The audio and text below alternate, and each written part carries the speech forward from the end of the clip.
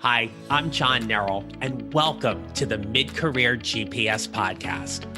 If you're feeling stuck in your career and overwhelmed by what steps to take, I can help you.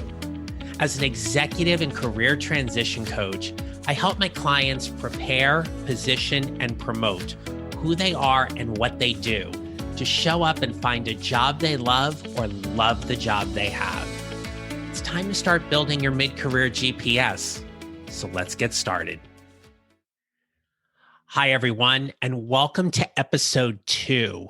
Today, we are talking about positioning yourself strategically as you create this mid-career transition, or even just identifying yourself with a little more clarity about who you are and what you do. So, how's the new year been treating you? 2020 was an epic year, and there was certainly a lot of lessons learned from that.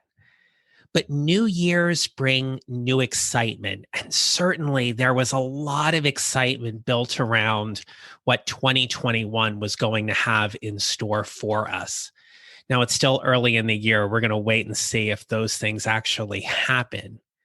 But the goal of today's episode is to help you to take a look back, not just at what happened in 2020, but to take a look back at through the events in your career, because I am a firm believer that where you are at right now, wherever you are listening to this podcast, you are here because of the totality of your experiences, the successes, the challenges, the achievements, and the obstacles are all what has brought you to this moment. And it is what helps you position yourself accordingly and strategically in the marketplace. So let's take a look at last year, because 2020 was difficult. Now, I don't know about you, but when I first learned about the pandemic and hearing about it, it's that moment in mid-March when the basketball game was canceled and we kind of got that shock that, okay, maybe this is a little more serious than what we first thought. But in my close circle of friends, we lost someone to COVID very early on. And it was definitely a wake-up call for us to recognize the severity of what was happening to us, both personally as well as professionally. 2020, there are 5 lessons I want to share with you here. And the first one, we have to acknowledge the loss. There's been a tremendous loss in 2020, not only in human life, but in record unemployment, in a loss of the day-to-day routine. Maybe you were someone who had a pretty lengthy commute, and if you were able to work remotely, that was probably pretty fun for a while. At some point, I'm willing to bet you miss the commute. You miss the structure that commutes gave you into your day. There was a clear delineation between what was work and what was home. And now all of a sudden, dining room tables became makeshift offices, or spare bedrooms were converted, or maybe that favorite chair that you would sit in at the end of the day became a place where you did a whole lot of work. There were so many ways to define loss in 2020, but there was also a lot of worry. There was financial and career worry. We saw examples of food insecurity across this country that we had not seen since the Great Depression. Miles and miles of cars that were in line waiting for food distributions. People who didn't know where their next meal was coming from. And there was industry worry about when would certain industries be able to recover. Look, I love a great Broadway show. And for my husband and me not being able to go to the theater, we've missed that. but for friends of ours who work in the theater, for friends of ours that we all enjoy going to see shows together, we miss that live performance. And whether it was a professional performance or it was that concert that you looked forward to at your kid's school year after year, those were the things. There's some of the things that got taken away. We saw the entertainment industry be dramatically shifted. We saw food and restaurant workers lose jobs because of the pandemic. We saw the travel and tourism industry shutter because people weren't able to travel. And there are so many other stories that are out there of people and companies who had to scale back or reduce forces. And so the worry was a huge lesson in 2020 because depending on who you are, you may be a really good worrier or it freaks you out. It's one or the other. But worry is not something that typically is helpful for us. But the flip side of that is that there was growth. There was personal and professional growth that happened in 2020. I have clients of mine, and you'll hear from some of them later on in the podcast, future episodes, but they navigated career transitions last year. They found dream jobs. They were able to create something when people told them they could not. So there was growth. There was success.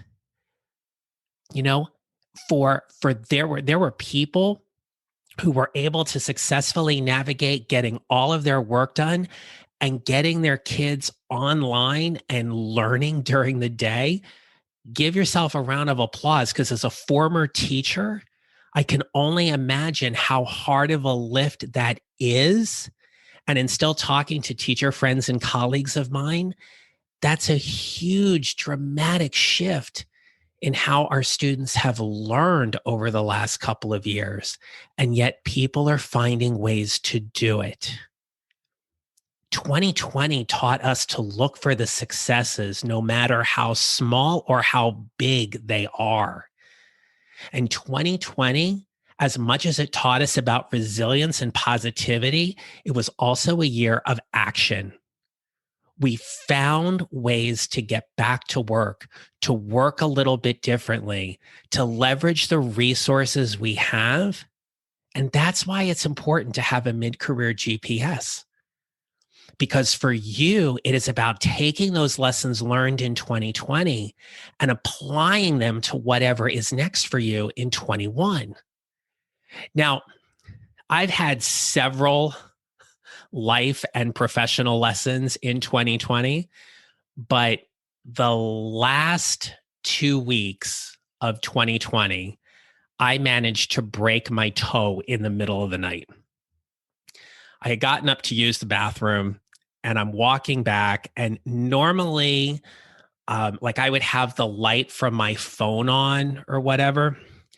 And I was dealing with a little bit of a bout of insomnia for a few weeks, and I've had this throughout my life. And so I was leaving the bathroom and I had my phone and I didn't turn it on because it was at like 4 a.m. And I walked right into the dresser and I heard snap and a crack. And at that point I was like, oh, damn it, I broke my toe. And I did. And it looked really, really ugly. And there really is nothing you can do for breaking a toe. You just let it heal, right? It's not like you go into a walking boot or anything because you broke your 4th toe. What that lesson taught me was to stop rushing, to breathe, to let things just happen, to take time, to take care of yourself. And it took me breaking my toe to realize that I had been spending a good amount of time in 2020 growing my business and building and all the things that entrepreneurs and service providers typically do. But when you break a toe, you realize a little bit how vulnerable you are. what I did was I didn't implement my plan. My plan was tap the phone, let the light kind of guide you. And I thought, I got it. How many times do we do that in our career? We think we can just go on autopilot because we've done it so many times before. I hope you don't break a toe because it really, really hurts. But it was a perfect segue into setting me up for 21 and what comes next. And so the message I want to share with you here is that as you think about positioning yourself strategically, part of what you must do, and I'm a firm believer in this, you have to welcome 21. You have to welcome this year and acknowledge that this is still a continuation of 2020. We are not out of this pandemic. We are not out of record unemployment. We are not out of food insecurities. And so there are things that we have to do to still manage our energy. But one of my favorite books is called With Winning in Mind by Lanny Basham. Now, Lanny is a two-time Olympic medalist. And in the book, he describes his mental management system for training. And what Lanny would do at the end of any competition and also at the end of any training session is he would ask himself three pivotal questions. What did I do well? What did I learn? And what do I need to do differently next time? What did I do well? What did I learn? And what do I need to do differently next time? Lanny's process is all about taking stock of what's working and what isn't. In our careers, we have to be able to take that kind of inventory for us. Now, a little side note, I'm also a professional bowler. And I still get to compete, though the pandemic's been pretty hard and I haven't been able to compete as much. But I've competed on the PBA regional tour and have been fortunate to bowl a couple of national stops. And I'm really looking forward to getting back out there next year. But part of my training was an opportunity to work with Lanny's daughter, Heather.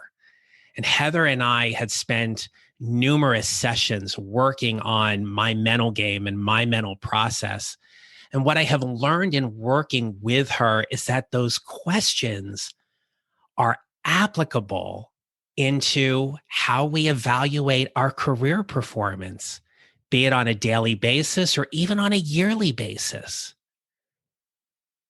What's outlined in Lanny's book is a process to help you take stock of what is going on in your career. And what I've also learned in this whole process, and I've seen this in the work I do with my clients as well, is how much are we in our own way? How much are we holding ourselves back from going after whatever it is that we want because we are fearful or we are hesitant or we're unsure of the calculated risk or we're not willing to leverage our talents and expertise and go for the ask when it's time in an interview or for a promotion because we're simply in our own way. Now, one of the things that I want to invite you right now as you welcome 2021 is to take this year as an opportunity for you to re-engage your network. Now, the sooner you do this, the better. But re-engaging your network is an opportunity for you to reconnect with people you haven't done so in a while. These might be former colleagues. These might be former supervisors. These might be people you went through graduate school or college with. They may be people who directly reported to you at one time and now are working in another organization. Who are the people in your network you've been wanting to talk to, but haven't done so in a while. If you spent this entire year re-engaging with 2 people a week, you would end up having over 100 re-engaged connections that you don't currently have right now. Positioning yourself strategically by building your GPS, one of the most valuable components in that GPS is your network. You have to have a network that is there to move you forward. So, who do you need to reconnect with in your network? Now, look, I understand that that takes time and everyone is quote unquote busy. But we need to find time for the things that are a priority. But this also doesn't mean that it also has to take a tremendous amount of time for you every week. If you are so busy that you can't identify 2 people a week and send them an email, a text, a message on LinkedIn that says something like, "Hey, I was thinking of you. I know we haven't talked in a while. Would love for us to reconnect in some way, shape, or form. What's your availability over the next couple of weeks for us to do that? Do you want to meet by phone? Do you want to meet virtually? Let me know, but I'd love to reconnect and see how you're doing." And that call doesn't need to be any more than 15 minutes. Think about how you spend 15 minutes during your workday. It's pretty easy to chunk that out and find 15 minutes for you to have a conversation with someone you haven't had in a while. Yes, it takes time.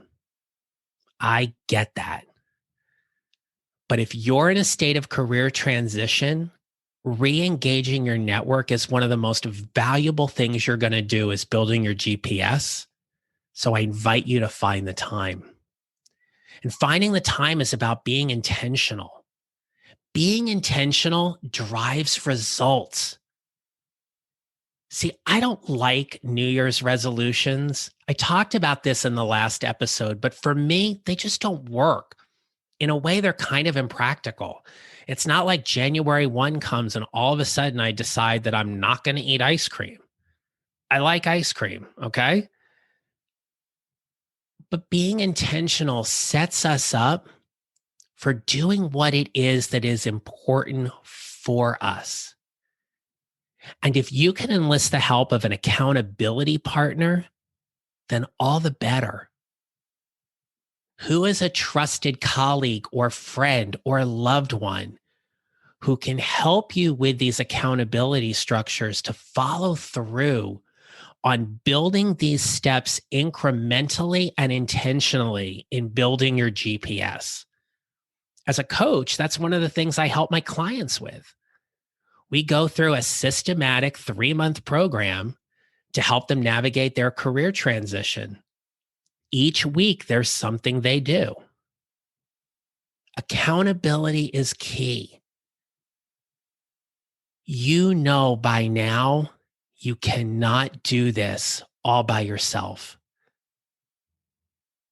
It doesn't mean you're not a smart person or you're not a talented person. You are gifted with a lot of talents and expertise. It's okay to get a little bit of help to help position you strategically in this new year. So, as we wrap up, I do want to let you know that if you are looking for some accountability, one of the easiest things is to join my private Facebook group. It's called Your Mid-Career GPS. You can search for it on Facebook or link up to it here in the show notes. Join the group and join a group of dedicated and passionate mid-career professionals who are all navigating various mid-career challenges and celebrating their successes within the group as well. I'd love to have you part of the group, and definitely please feel free to check that out. So in the meantime, remember, we need to take the lessons we've learned from 2020. We need to use them to help us welcome 2021 in all that we have for our career. And we need to remember that being intentional drives our results and sets us up for greater success. You've just taken another step in building your mid-career GPS. I will see you next time, and make it a great day. If you enjoyed today's show and don't want to miss an episode, subscribe on Apple Podcasts or wherever you usually listen. If you haven't already, I'd appreciate it if you would leave me a rating and review to let me know what you think, to help others find this podcast and continue to bring you relevant and useful content to help you navigate what's next for your career. And if you're ready to create your mid-career GPS and get rid of the overwhelm so you can find the job you'll love or love the job you have, visit my website at johnnarrell.com for more information about joining my private Facebook group and scheduling a free consult with me so we can start building your mid-career GPS together. Don't forget to connect with me on LinkedIn and follow me on social at John Narrell Coaching. I'll see you next time.